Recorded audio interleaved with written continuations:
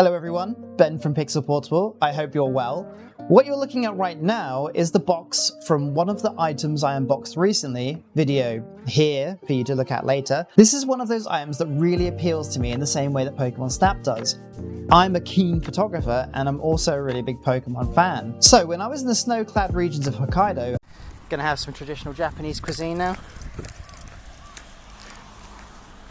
Oh, I can't zoom. Traditional Japanese cuisine, boys. And I stumbled across this item for £12. I had no choice but to buy it. And that item is this cute Pokémon 35mm camera. This camera was released in 1998, a whole year before Pokémon actually made its debut into camera-based games with its release of the Nintendo 64 title, Pokémon Snap. Now, the Nintendo 64. Now this is just, look at the quality of this. If I had Elliot on here from Retro Future, he would tell you it was stunning, and he'd be right, because it is. It's a film camera, and other than the Pokémon decals, it's almost the same as all these other mass-produced cameras. As you can see in these images, they're basically the same shell, but they just put different decals on. So this one is only different in the fact that it has the Pokémon touch. And by the Pokémon touch, what I actually mean is getting your hands on one of these is now extremely expensive. Here's the prices. Kind of eye-watering, really. That's good and all, but as a photographer, how does the camera stand up? Well, really badly. That's the answer, really. Really badly. I mean, it has panoramic functions. That's cool, right? Yeah? Except that panoramic system is actually just two bars that come down and actually crop in your 35mm shot to look like a panoramic by mimicking the aspect ratio.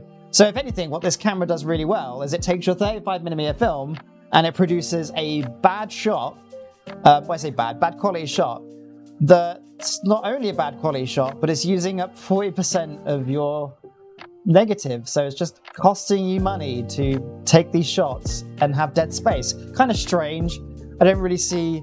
I mean, it mimics it basically. It mimics it. Yeah, you could do the same by just taking a normal photograph and just cutting it in the shape of a panoramic shot, which is just pretty crazy.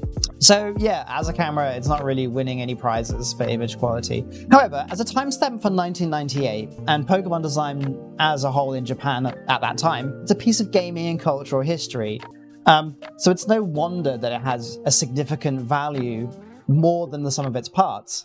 And I think that kind of captures what older Pokemon has become. It's this commodity that sells this 90s feeling. The end of the 90s was so Pokemon dominated that it's kind of impossible for me to think about that time of my life and not think about Pokemon. But novelty items like this in general, you know, they're for collectors. And so it's not surprising that it has collectors pricing. But what it lacks in functionality, it gives back in charm and aesthetic, I think.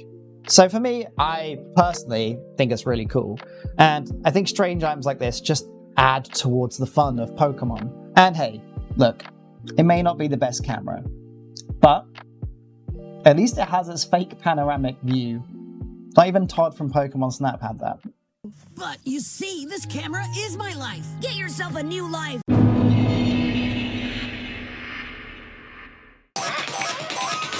When we go into the shops,